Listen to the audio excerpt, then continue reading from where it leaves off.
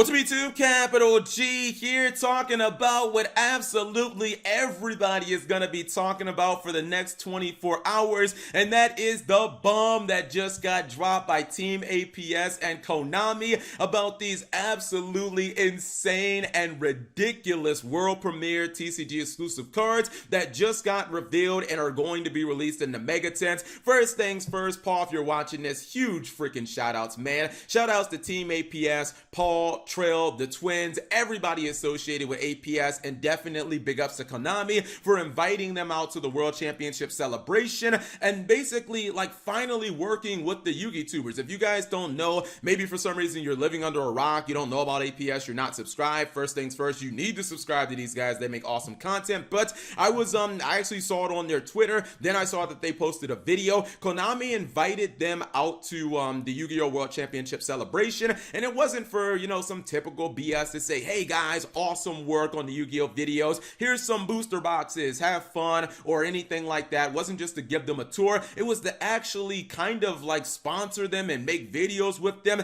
and give them a sneak peek at products that are going to be released, and then kind of not just do that, but then also explain. They had Jerome McHale from R&D, who works on making Yu-Gi-Oh cards, explain what their thought process was when making these cards, and they basically had an open dialogue and an honest discussion about these cards and what Konami hopes that they can do. And honestly, I am just so impressed by these cards. They are so amazing, guys. I often think that when Konami is making TCG exclusive cards, sometimes I think that, you know, like cards end up being incredibly powerful by accident. Look at like the Danger archetype. But then I think sometimes that they really don't try to push the envelopes. Look at the Dream Mirrors. They're probably one of the worst archetypes in the last decade unless they get really powerful. These cards, in my opinion, were 100% meant to hit the ground running. I think Konami made these cards with the meta in mind. I think that they want players playing these cards essentially to counter the meta. And basically, guys, these cards are designed to absolutely trash combo decks. If you're a Guard Dragon player, if you are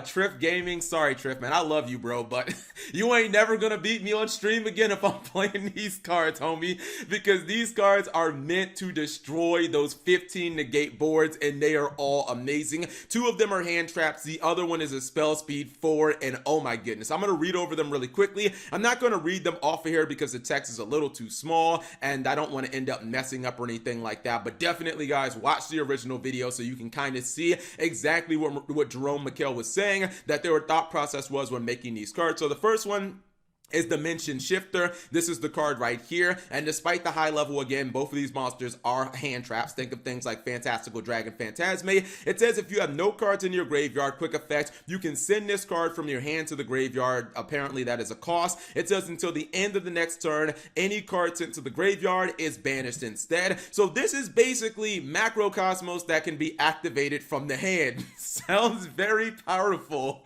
Now, just like No Material, which was the first thing that I thought about it, because I was like, well, you pretty much have to go second with this card. This is a card that works pretty much if you're going second, if you're blinding second, and it will absolutely shut the graveyard down. It does shut the graveyard down during your turn as well, so you have to kind of watch out if you're looking to pop off against your opponent. Maybe that doesn't happen, but that could actually be not just a curse. It could be a blessing for decks that, you know, they only have one Macrocosmos, decks like Metaphys, decks like Renmaju that want their stuff banished. This is a way of not only disrupting the opponent, but then having kind of like a Macrocosmos if they don't happen to get to that card because it is limited. This is absolutely amazing. I mean, imagine going against like Mermill or Salamangrades, decks that live and die off of the graveyard. You discard this, and then what exactly are they doing for the turn? Chances are they're going to end up banishing some of their key cards, and they're not going to be able to pop off unless they just, you know, want to live with a whole bunch of their cards being banished and not coming back anytime soon.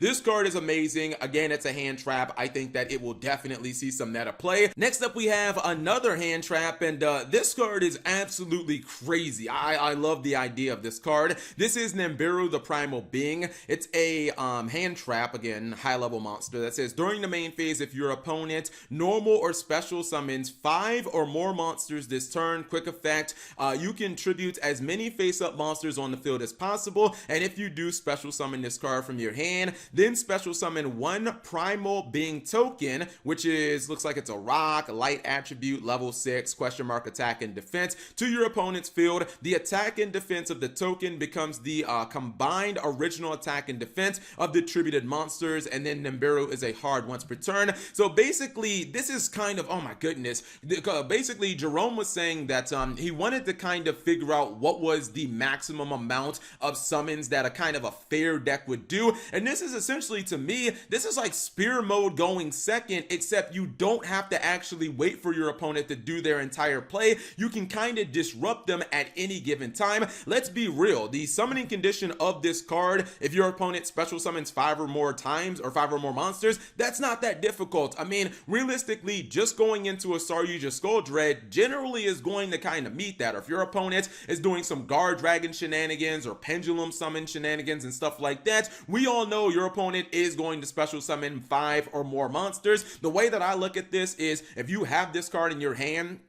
I think that right when your opponent, let's just say you were playing this card in today's metagame, like right now, I think right when your opponent drops that Aggro Pain, you just slam this card on the board. Not only do you get a 3000 beater, because if I'm not mistaken, I think that this card is actually 3000 attack, but then all your opponent's monsters are absolutely gone. Sure, they get a token that might be like super powerful. Let's say that your opponent just hypothetically got like a 6000, 7000 attack token. So what? I mean, what are you going to do? Chances are a lot of your plays are going to be in shambles, and basically you're just on what, like token pass. I don't think that you're going to be able to recover, especially considering like the Guard Dragons, people only run one of those cards. So I'm looking at this card, and basically I'm thinking that it's kind of like a better version of spear mode, kind of like a quick effect for spear mode. And if I'm playing a go second deck, I'm definitely looking to play this card. I believe that, I can't tell what its level is. It looks like it's definitely a high level monster. This could be like level 10, or maybe even like level 11. I think it's actually like level 10, and it is light attribute, but I believe it does have 3000 attack, and again, you do get a 3000 beater in this process, so I definitely love this card. Then my personal favorite is the spell card. Oh my goodness, this spell card. So it's called Dark Ruler No More. It says negate the effects of all face-up monsters your opponent currently controls until the end of this turn. Also, for the rest of this turn, after this card resolves, your opponent takes no battle damage, so you're not going to be able to OTK them if you activate this card. It's just not going to be possible. But it does say neither player can activate monster effects in response to this card's activation. This card is absolutely perfect. This is, again, very similar to kind of a card like Evenly Matched or Raw Spear Mode. It's a card basically just for going second. If your opponent, the reason I love this card the most is I think that this card is kind of an answer to how Yu-Gi-Oh is played right now. If your opponent plays the Apollousa plus all of these other Guard Dragon negations, they have 15 negates, all of that stuff, you simply activate this card, all your opponent's monster effects are turned off. They can't use anything, and they cannot respond to this card's activation with monster effects. This means they might have to actually play, I don't know, some spells and traps that actually do stuff instead of just relying on monsters. So this is basically the giant answer to the 15 negate board. If your opponent has all those negates, it doesn't matter. Now, you can't do battle damage when you activate this card, but honestly, that's really not irrelevant, or that's not relevant, because if you're able to break your opponent's board, if you're able to just get rid of their monsters, chances are your opponent's not going to have much juice left. A lot of these decks that pop off and make a bunch of negations in their first turn, they blow through most of their extra deck and most of their resources just trying to make that board. So I love, honestly, what Konami did here, guys. It feels like they're trying to address the way Yu-Gi-Oh is played with this whole kind of go first, build a giant board, negate everything your opponent wants to do. And I think that these cards will be great answers. Honestly, I think my only real criticism of these cards, because I think that they are all magnificently designed,